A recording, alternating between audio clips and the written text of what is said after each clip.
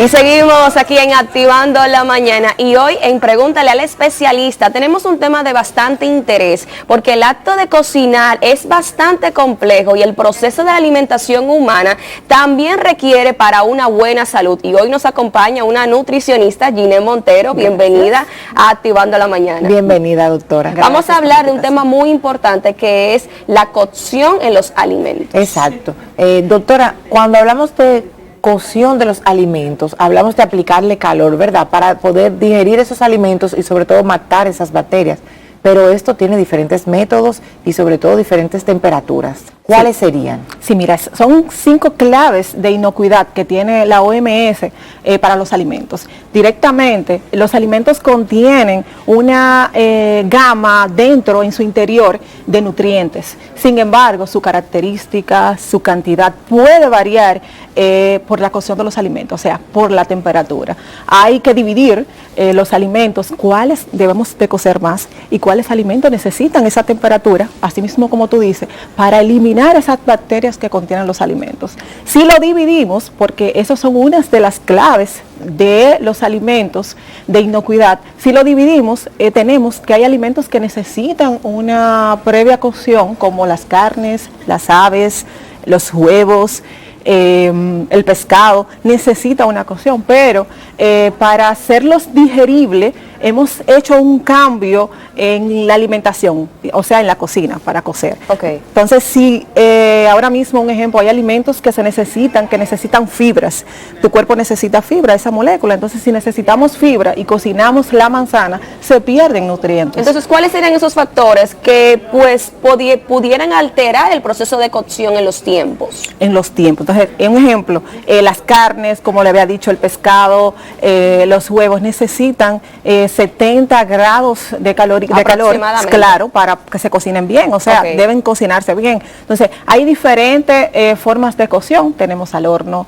tenemos a la plancha, tenemos fritos. Entonces, si freímos, se pierden nutrientes. Algo muy importante, utilizamos el aceite se quema y en esa manera no se cocina bien porque los nutrientes no nos llegan. O sea, si tú te comes una carne muy frita, o sea, tú le sacas todos los nutrientes. Si te la comes a la plancha, sí, que la pones, te la comes jugosa. O al vapor. O al vapor.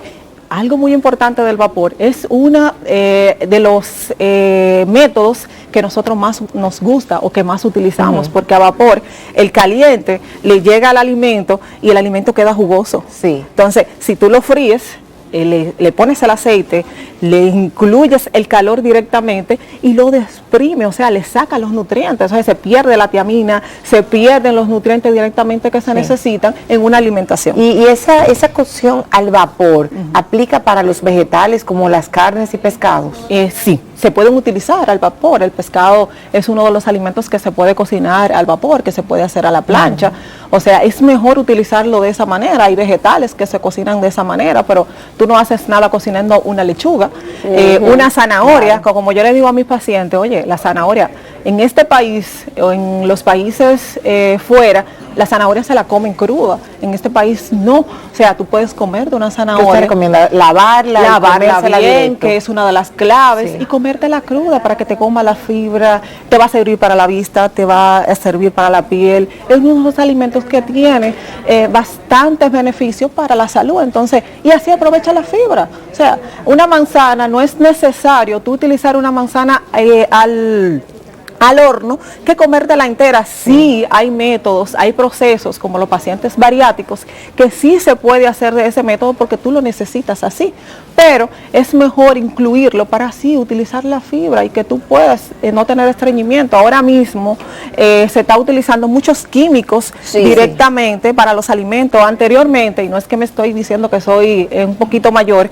mi abuela me mandaba a mí a busque el ajo, busque el ají, a la cosa que ellos tenían, que ellos mismos la cosechaban. Ahora mismo no, ahora mismo utilizan muchos químicos y de una manera u otra está afectando en enfermedades que no son transmisibles, que sí pueden ser hereditarias, pero nos están afectando ahora como cáncer. Así es. Entonces hay que utilizar la mejor forma de cocción que nutren a nivel nutricional, como tenemos al horno, a la plancha, podemos utilizar al vapor, que es una buena opción. El tema de cocción para, por ejemplo, las carnes, que es donde tradicionalmente hay un tema diríamos, de disyuntiva, que si es un poco a medio, si es bien cocido. ¿Cuál es el término correcto para poder ingerir estos tipos de carnes? Mira, lo ideal a nivel nutricional es que sea a tiempo completo, porque algunos alimentos pueden traer consigo bacterias. Entonces, lo ideal es que sea completo, porque ahora... O sea, bien cocido. Sí, bien cocido, o sea, bien cocido. No 3/4. Principalmente esos alimentos, eso depende, porque ahora mismo...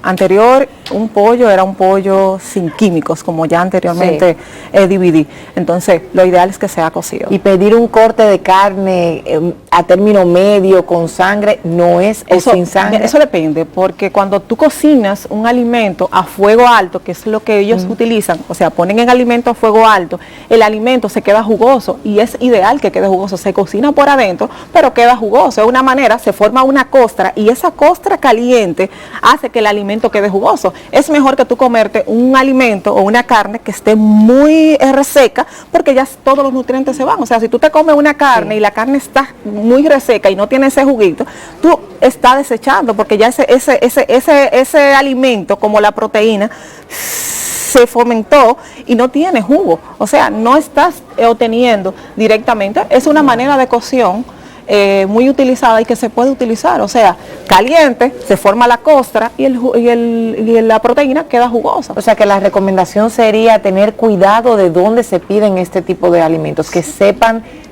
cocinarlos como va. Sí, pero que se pueden obtener muchas bacterias y muchos microorganismos. Y los alimentos, algo muy importante, que si tú lo dejas más de 2 horas fuera de una nevera, puede aumentar los microorganismos. Hay la familia dominicana que está en sintonía con nosotros, hay muchas interrogantes con el tema de la cocción. Yo quisiera que usted, como especialista, aquellas amas de casas que están en casa, pudieran hacer una preparación para su casa de manera normal. ¿Cuáles serían los pasos a seguir?